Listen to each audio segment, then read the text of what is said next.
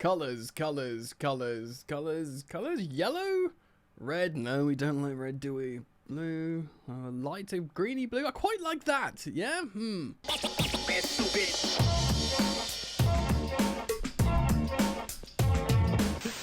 Yo, what's going on? I have just interrupted already filmed video where I speak about all kinds of stuff. Loads of transfer news popping off at the moment. Kepa to Bournemouth. There's talks about Sterling to Arsenal.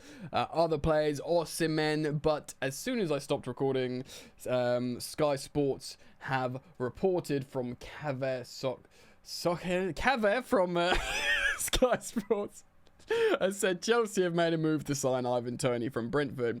They want a proven goal scorer to be their number 9.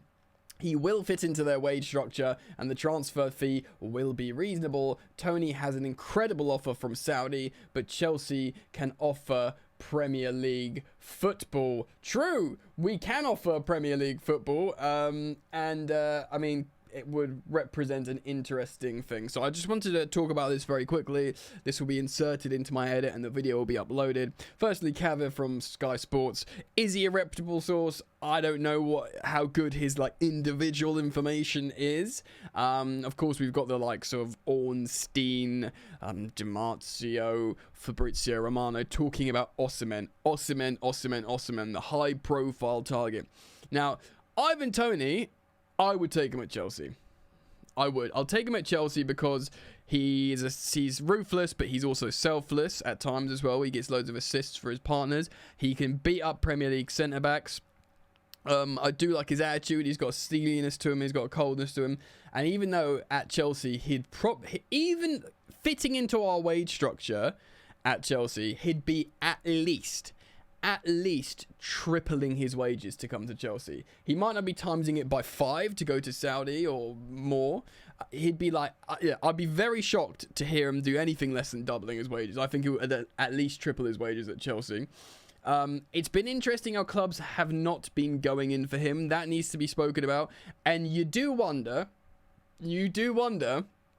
if this is mind games, a ploy from Chelsea here to try and move Napoli on their position with Victor Osimhen and move Osimhen himself on his position and his wage demands, because they probably think they want a number 9. They need a number 9. Jackson's good, but they want to go for it. They want to be a super team. They needed this number 9. There's no one out there. Oh, they're going for Toney. Okay, they're actually going for Toney. Okay, what do we do now? Do we drop our price? Do I just go? Do I accept a loan? Do I drop my wages? I'm not saying that's the case, but there's a reality where that could be the situation. At the moment, at time of recording, that's all Cave has said. So I'm gonna keep it moving and enjoy the rest of the video. Hello, mate. You, my special little guy. How's it going? And welcome back to Football Therapy with me, your host, Jan. I do hope you're doing well. I really do hope that Chelsea news. Welcome back. Things popping off all the time. Slow yesterday, but as the transfer window termination time of Friday evening, I believe it is, draws closer, more stuff's happening, and I'm here to react to it. We've signed the goalkeeper because we don't have enough. Lots of stuff going on with, Osimhen to PSG, Osimhen not to PSG, what's going on, more on Lukaku. Of course, Raheem Sterling to Arsenal is something I didn't speak about earlier, which is something I do want to speak about as well. Harvey Valeri to Al Ettifaq. We are through the looking glass now, people, so as always, strap yourselves in, make yourself comfortable, maybe pour yourself a drink. Thank you for, as always, supporting the content, liking and subscribing. Road to 200,000 subscribers. Let's get into it. Chelsea have signed a goalkeeper. Chelsea Football Club has agreed a deal to sign goalkeeper Mike Penders from Genk. On Chelsea's official website, Penders, he's a Belgium under-19 international. He'll join Chelsea from next summer. So next summer, we're expecting this army of children to arrive. Penders, come on, is he going to play for us? Is he? Or is he going to arrive from Genk to go to Strasbourg? He made his senior debut with... Look, he's a good young goalkeeper. He's a 19-year-old. Apparently he's good. Is he going to play for Chelsea? I don't really know. He's a portfolio player, almost certainly. Let's keep it going.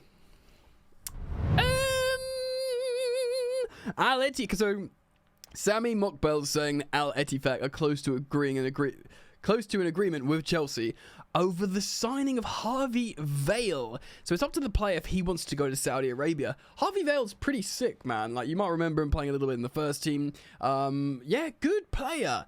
It is like the odd superstar in their prime goes to Saudi, chases the bag.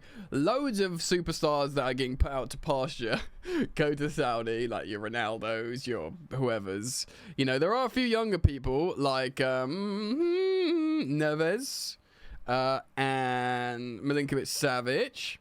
Do you know what I mean? A few people go out there like still young, and they are trying to get a few wonder kids in between. Now, look, I'm not saying Harvey Valeri's a wonder kid, but he's a very good player that can have a Premier League career, and he's a young player, and Chelsea agreeing a deal. Of course, he's obviously pure profit, and if you're going to get a pure profit sale for any player, you want to be sending them to Saudi Arabia, because that's where you're going to get the real money, man.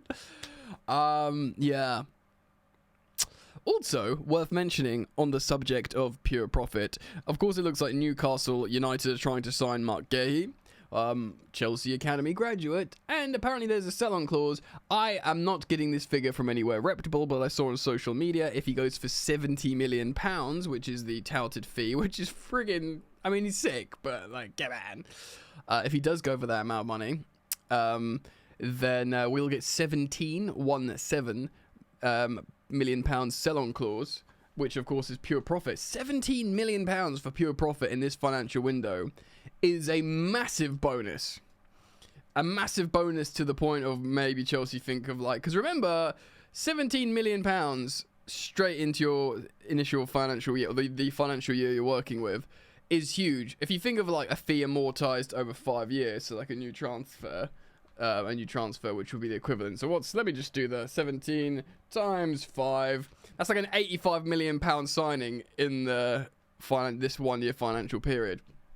So it's huge pure profit, 17 million quid in the books, especially for a sell-on for Mark Guéhi. So the Chelsea will be absolutely laughing at that. And it might change their position on other acquisitions, where they are on PSR rules on certain signings, targets, need to sell. Maybe a Trevoh Chalobah. Of course, we reacted earlier that maybe Chalobah stays and Disasi goes. Maybe they think, well, I got a 17 million pure profit from Guéhi sell on. Maybe we don't need to sell Chalobah for 25 pure profit. And in fact, maybe we play him instead of Disasi.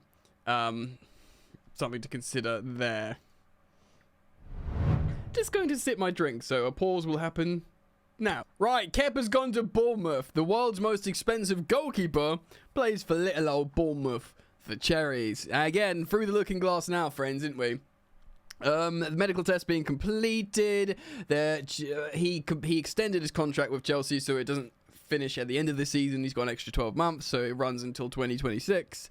He joins Bournemouth on a single-year loan, no option, no obligation to buy. This very much is a situation Chelsea probably forced him to extend, knowing how they operate at the moment, like ruthless businessmen, saying, extend with us for a year, go and play some Premier League football, and then, go and get your move. Because Premier League, even if you're playing for a Bournemouth, if you're playing well in the Premier League, big Spanish clubs will look at you like, I don't know, your Sevillas of this world or whatever. Maybe that's where he wants to go.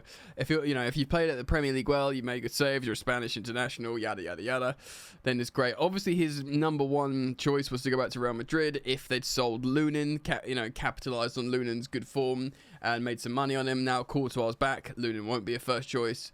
You make a bit of profit. Kepa comes back as second choice to Courtois. That didn't happen. Carlo Ancelotti said on a couple of different occasions recently, the market's closed for us. We're done, dilly done. Don't worry about it. I mean, I'm not going to cry for that because they've got... have you seen the Real Madrid front line? Have you seen the Real Madrid midfield? It's sickening stuff. Bastards. Excuse my French. Anyway, so Kepa's gone to Bournemouth. Like I said, see what he does there. That's just funny. That'll be weird. And... yeah, hella weird. Right, Right then, Osimhen, big talking point at the moment, conflicting reports. Fabrice Hawkins saying that he'd prefer to go to PSG, which of course people have said, well, he's got Ligue 1 bias. Di Marzio coming out, and yeah. Di Marzio, I don't know how reputable he is. He gets a few things right. Of course, there's been like top-tier journalist wars for a while. I don't think he's top-tier journalist, but he's saying PSG are trying to go for Osimhen. They're putting 50 to 60 million euros on the table. 50 million euros! Okay, 50 euros in pounds in real money is 42 million pounds. 42 million pounds for Osimhen. I bet you are putting that on the table, especially with the wages you paid. PSG saved 200 million a year in wages alone from not having Mbappe, although apparently there are loads of wages and he is suing them, so that's interesting, fun and compelling. So they can pay Osimhen higher wages. Of course, there's been reports weeks ago that he'd agreed personal terms with PSG. If true, I don't know if that's true, but if true, I can believe that because they've got a lot of money, so you know, they pay high wages. Certainly, you put the farm on them paying higher wages than Chelsea. But since these couple of art journalists saying that, people have come out and disputed it. Romano has said PSG are not working on a Victor Osimhen deal. There's no deal on the table. They are not working on it. That's Fabrizio Romano. So he's essentially saying the opposite. You know, he's disputing the previous claims, or he's saying it's nonsense. Journalist Sasha Tavolieri as well, who's got a big following online by some reputable people, certain, social media aggregators. He's saying this as well, translated from Francais. He's saying, as written by Fabrizio Romano, Victor Osimhen is not in the plans of Paris Saint-Germain. His preferred destination, as well as the club most likely to welcome him, is and remains Chelsea Football Club. So, yeah. Finally on Arsenal, before I move on, I do want to talk about Raheem Sterling and Arsenal. I've said it for like fucking... it's war! Apologies. Family friendly channel. Sorry about that. I've been saying for ages now, I think Chelsea are in a strong negotiating position. There's a standoff now, 4 days, or 3 days, 3 days really, to sign Osimhen. Will he accept a loan? Apparently Lukaku has been speaking to Conte every single day on the phone. So say Fabrizio Romano saying the deal's not off, it's done, it's just a contract signing thing, it's going to happen, don't worry about it. And they're speaking every day. Conte is planning to have it, Napoli, not Inter, God, he's managed everywhere, with Lukaku up front, and he's telling him his plans. They're speaking every single day. It's not Osimhen, he's not on the plans. He doesn't want to go to Saudi. His agent said no to Saudi. Multiple reputable reports here saying no to PSG. Yeah, Chelsea, keep your powder dry, man. We scored 6 goals away just now. Yes, I'd like it. I'd like it if we could sign him, but on our terms. Chill out. Lay back. Let them come to you Friday morning with a loan or a 55 million pound transfer fee, and he's lowered his, wage demands. That would be fun. Let's absolutely squeeze the life out of them, because we are in a position to do so. We are. Yeah. Okay, another one bites the dust. Tino Anjorin leaves Chelsea to join Empoli. Permanent deal completed today. The medical tests are taking place in Italy. Chelsea will have a 50% sell-on clause for Anjorin's future sales. We've just spoken about the, whatever the sell-on clause is for Gerhi. 17 of 70, you work out what percentage that is. 50% of Tino Anjorin, and if he lives up to his potential, which is very high, Tino Anjorin. He had some weird loans, didn't he? Like, he went to Russia for a bit, didn't he? And then went all over the gaff, I think Championship or Football League. He is very, very highly rated, Tino Anjorin. He was like one of a real special talent in a crop of players. He is still only 22 years old. If he plays, Empoli are in Serie A, aren't they? Let me just. Have they been relegated? They're in Serie A. They're mid-table Serie A at the moment. Which is high-level football. If he does well there for 2 years, say, and he's 24 and gets sold for 40 million or something, we'll get 20 million out of it. Lovely jubbly. So that has to be represented as good business. And I hope he does do well because he's got the talent. Right, let me sip my drink. Alright, the big Raheem Sterling situation as we enter the final burning embers of what this been incredibly interesting transfer window. Could he go to Arsenal? David Ornstein mentioned how there's an appreciation there. It would be probably for Raheem an amazing landing spot. We know he wants to play at a high level and he wants to stay at London. Well, as much as I hope it's not the case for too much longer, Arsenal is a higher level than Chelsea at the moment. I mean, they didn't score 6 goals at the weekend, but they are good. They are resolute. Of course, Mikel Arteta knows Raheem Sterling very well. We know he likes to buy players he knows, Zinchenko, Gabriel Jesus, or they both have seemed to be kind of out of favour. But also, we know from Mikel Arteta, he's done quite well out of Chelsea. You'd have to say Jorginho was a good signing for them. He didn't. What did he have? 6 months left in his deal, Jorginho, and we made like 15 million quid off him, or 17 million quid. It was great for us because he was not going to be extended, and we made just like money out of him, and his book value would have been nothing by then. So that was a great transfer for us. And of course, he's rarely been a starter, but he's been a really useful asset, Jorginho, to the point where they've extended him further. So he's a good signing. And of course, they did pay a lot of money for Kai Havertz, £68 million, much, much more than what his remaining book value was for Chelsea. So we made a accounting profit, if an actual transfer, 3 million loss or whatever, but a pretty significant accounting profit, which is the main thing at the moment for these owners, keeping within the PSR rules. They'll spend money. They got no issue with that. But he's been good.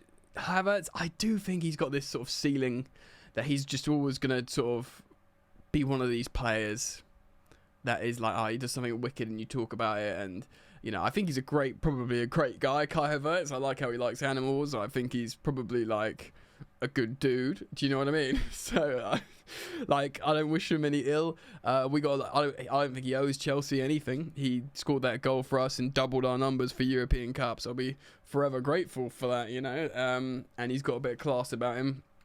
But I don't think he's ever going to score crazy goals.